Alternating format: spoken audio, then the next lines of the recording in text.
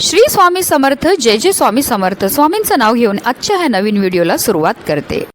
यंदा रविवारी म्हणजेच 3 नोव्हेंबर रोजी भाऊबीजेचा शुभ सण साजरा केला जाणार आहे. या दिवशी भगवान चित्रगुप्ताची पूजा केली जाते. तसेच वही, पेन आदी साहित्याची देखील पूजा केली जाते. परंपरेनुसार या दिवशी भावांनी आपल्या बहिणीच्या घरी जाऊन भोजन करावे आणि पैसे, कपडे इत्यादी काही भेटवस्तू देऊन बहिणीचा सन्मान करावा. त्यामुळे भावाचे वय आणि कीर्ती वाढते असे मानले जाते. कार्तिक महिन्याच्या दुसऱ्या दिवशी भाऊबीजेचा सण साजरा केला जातो. या दिवशी बहीण आपल्या भावाला टिळा लावते आणि त्याला दीर्घायुष्य प्राप्त व्हावे यासाठी प्रार्थना करते. यावर्षी 3 नोव्हेंबरला सकाळी 11:30 वाजेपर्यंत सौभाग्य योग असणार आहे. त्यामुळे सकाळी 11:15 वाजेची वेळ ही पूजेसाठी सर्वोत्तम वेळ असणार आहे.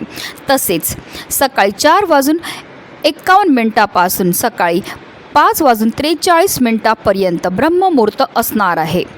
तर या ब्रह्ममुहूर्तावर जर आपण कोणतेही उपाय किंवा सेवा केली तर त्या केलेल्या उपायाचं आणि सेवेचं आपल्याला त्वरित फळ हे प्राप्त होत असतं. त्यानंतर आपल्याला दुपारी 1:54 ते दुपारी 2:38 विजय मुहूर्त असणार आहे. तर संध्याकाळी 5:34 ते संध्याकाळी 6 वाजेपर्यंत गोधुली मुहूर्त असणार आहे. त्यामुळे या मुहूर्तांमध्येच भाऊबीजेची पूजा करण्याला जास्तीत जास्त लोकांना प्राधान्य हे द्यायचं आहे. यामागे सुद्धा एक पौराणिक कथा आहे. यमाची बहीण यमुना हिने आपल्या भावाला म्हणजेच यमराजाला आगत्यापूर्वक जेवायला बोलवले होते. यम आपली बहीण यमुना हिच्या घरी जेवायला गेला अशी पौराणिक कथा आहे. या दिवशी यमराजाने आपल्या बहीण यमुनेच्या घरी जाऊन तिला वस्त्र अलंकार इत्यादी वस्तू देऊन तिच्या घरी भोजन केले. म्हणून हा दिवस यमद्वितीया म्हणून साजरा केला जातो. या दिवशी नदीत स्नान करणे अत्यंत पवित्र मानले जाते. असे केल्याने त्याला त्या वर्षी यमापासून भय नसते असे समज आहे. यम आणि यमी या भावा बहिणीच्या प्रेमाबद्दल हा दिवस साजरा केला जातो. तसेच या शुभ दिवशी अनेक प्रभावी उपायसुद्धा केले जातात. आणि म्हणूनच आपल्याला आज आपल्या भावाच्या दीर्घायुष्यासाठी, त्याचबरोबर आपल्या कुटुंबातील प्रत्येक सदस्याच्या दीर्घायुष्यासाठी, कोणालाही अपमृत्यू न येण्याकरता आपल्याला इथे एक असा दिवा लावायचा. हा दिवा लावल्यामुळे आपल्या व आपल्या भावाच्या कुटुंबावर कधीही कोणत्याही प्रकारचं संकट, विघ्न हे येणार नाही. आपल्या प्रत्येक कुटुंबातल्या सदस्याचं आयुष्य वाढेल. अतिशय प्रभावी असा हा उपाय जो प्रत्येकाने आजच्या दिवशी करायचा आहे. त्याबद्दल अतिशय महत्त्वाची अशी माहिती मी तुम्हाला या व्हिडिओमध्ये देणार आहे. तर व्हिडिओ पूर्ण पहा आणि जर चॅनलवर नवीन असतील तर चॅनलला सबस्क्राईब करा आणि शेजारी बेल आयकॉनसुद्धा प्रेस करा.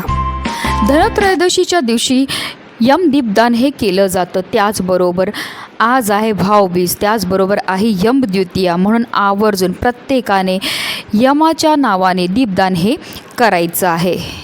त्यामागे सुद्धा एक पौराणिक कथा आहे. सूर्यदेवाची पत्नी छाया हिच्या पोटी यमराज आणि यमुना यांचा जन्म झाला. यमुना आपल्या भाऊ यमरायाला आपल्या घरी येऊन भोजन करण्याची प्रेमाने विनंती करत असे. पण यमराज व्यस्त असल्याने यमुनेबद्दल बोलायचे टाळायचे. कार्तिक शुक्ल द्वितीयेला अचानक यमराज आपल्या दारात उभे राहिलेले पाहून यमुनेला आनंद झाला. त्याने आनंद होऊन आपल्या भावाचे स्वागत केले आणि आपल्या भावाला भोजन दिले. यावर प्रसन्न होऊन यमराजाने बहिणीला वर मागण्यास सांगितले. तेव्हा बहीण यमुनेने आपल्या भावाला सांगितले की दरवर्षी या दिवशी तो तिच्या घरी जेवायला येईल आणि या दिवशी ज्या बहिणी आपल्या भावाला ओवाळतील आणि त्याला प्रेमाने गोडधोडाचं जेवण जेवू घालतील त्याला तुझी भीती नसावी. तसेच जी बहीण आपल्या भावाच्या कपाळावर टिळक लावेल त्याला कधीही अपमृत्यूचं भय नसेल. यमराजने तथास्तु म्हटले आणि ते यमपुरीला गेले. त्यामुळे असे म्हटले जाते की जो भाऊ या दिवशी यमुनेत स्नान करतो आणि आपल्या बहिणीचं आदरातिथ्य पूर्ण भक्तिभावाने स्वीकारतो त्याच्या बहिणीला आणि भावाला यमाचे भय नसते.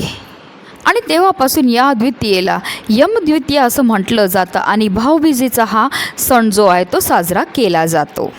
आता हा उपाय आपल्याला कधी करायचा, तर हा उपाय आपल्याला रात्री 9 वाजल्यापासून तुम्ही अगदी रात्री 12 वाजेपर्यंतसुद्धा करू शकता. जेव्हा आपल्या घरातले प्रत्येक सदस्य घरामध्ये येतील त्यानंतरच तुम्हाला हा उपाय जो आहे तो करायचा आहे. तर हा उपाय करण्याकरता आपल्याला एक कणकेपासून दिवा हा तयार करायचा आहे, कारण सर्व दिव्यांमध्ये सर्वश्रेष्ठ दिवा म्हणजे कणकेचा. तर आपल्याला कणिक घट्ट मळायचं, मळताना त्याच्यामध्ये आपल्याला मीठ किंवा तेल काहीही घालायचं नाही आहे, फक्त कणिक घट्ट मळायचं आणि त्यापासून आपल्याला एक दिवा हा तयार करायचा. आणि ह्या दिव्यामध्ये आपल्याला 4 लांबवाती टाकायच्या आहेत, अर्थात काय तर आपल्याला एक चौमुखी दिवा जो आहे तो तयार करायचा आहे. आता ह्या चौमुखी दिव्यामध्ये आपल्याला आवर्जून मोहरीचं तेल टाकायचं आहे. आता दिवा एवढा मोठा बनवा की जेणेकरून हा कमीत कमी रात्री 12 वाजेपर्यंत तरी प्रज्वलित राहायला पाहिजे. हा दिवा आपल्याला यमाच्या नावाने लावायचा आहे आणि म्हणूनच आपल्याला हा जो दिवा आहे तो दक्षिण दिशेला लावायचा आहे. आता बरेच लोकांना प्रश्न पडेल की दक्षिण दिशा म्हणजे आमच्या घरामध्ये कुठे आहे, तर ते प्रश्न पडतो. तर तुम्हाला घरामध्ये हा दिवा लावायचा नाही आहे, तुमच्या मुख्य प्रवेशद्वाराच्या बाहेर तुम्हाला हा दिवा जो आहे तो लावायचा आहे. कारण आपल्या घरामध्ये कोणतीही चांगली किंवा कोणतीही वाईट गोष्ट जी आहे ती आपल्या मुख्य प्रवेशद्वारामधनंच येत असते आणि यमराजांना आपल्या घरामध्ये आपल्याला प्रवेश करून द्यायचा नाही आहे. म्हणून आपल्याला हा जो दिवा आहे तो आपल्या घराच्या बाहेर लावायचा आहे. आता हा दिवा लावायची पण एक विशिष्ट पद्धत आहे. डायरेक्ट जमिनीवर तुम्हाला ठेवायचा नाही आहे, थोडेसे तांदूळ ठेवा, त्यावर हा दिवा ठेवा. ह्या दिवाला तुम्हाला हळद कुंकू अर्पण करून घ्यायचं आहे आणि त्यानंतर आपल्याला हा जो दिवा आहे तो बाहेरच जाऊन प्रज्वलित करायचा आहे. सगळ्यांनी ह्या गोष्टीची काळजी घ्यायची आहे. हा दिवा चुकूनही तुम्हाला घरामधनं प्रज्वलित करून न्यायचा नाही आहे. दिवा बाहेर नेऊन ठेवायचा आहे आणि त्यानंतर तुम्हाला हा दिवा जो आहे बाहेरच प्रज्वलित करायचा आहे. एकदा हा दिवा तुम्ही प्रज्वलित केला की तुम्हाला घरामध्ये येऊन जायचं आहे. सारखं बाहेर जाऊन तुम्हाला पाहायचं नाही आहे की हा दिवा जो आहे तो प्रज्वलित आहे की नाही आहे. आणि त्याचबरोबर तुम्हाला आवर्जून काळजी घ्यायची, एकदा हा दिवा प्रज्वलित केला की त्यानंतर आपल्या घरातल्या कोणत्याही सदस्याला कोणत्याही कामानिमित्त घराच्या बाहेर जायचं नाही आहे. डायरेक्ट दुसऱ्या दिवशी आपल्याला हा दिवा जो आहे तिकडनं उचलायचा आहे आणि एखाद्या झाडाखाली नेऊन ठेवायचं, जेणेकरून तिथे असणारे पशुपक्षी कीटक हा दिवा खातील. हे सुद्धा आपल्याकडनं केलेलं एक प्रकारचं दान आहे. यमद्वितीयेच्या दिवशी हा उपाय करण्याला विशेष महत्त्व हे दिलं जातं. हा उपाय केल्यामुळे अपमृत्यू टळतो, म्हणजेच काय तर अपघाती मृत्यू जो आहे तो टळतो. कधीही आपल्याला अकाली मरण हे येत नाही. आपल्याला त्याचबरोबर आपल्या भावाला आणि आपल्या कुटुंबातल्या प्रत्येक सदस्याला कधीही अपमृत्यू येत नाही आणि आपल्याला यमाचं भयसुद्धा राहत नाही. म्हणूनच व्हिडिओ जास्तीत जास्त लोकांपर्यंत शेअर करा, जेणेकरून प्रत्येकाच्या आयुष्याचं कल्याण हो हीच मनामध्ये इच्छा. श्री स्वामी समर्थ. जय जय स्वामी समर्थ.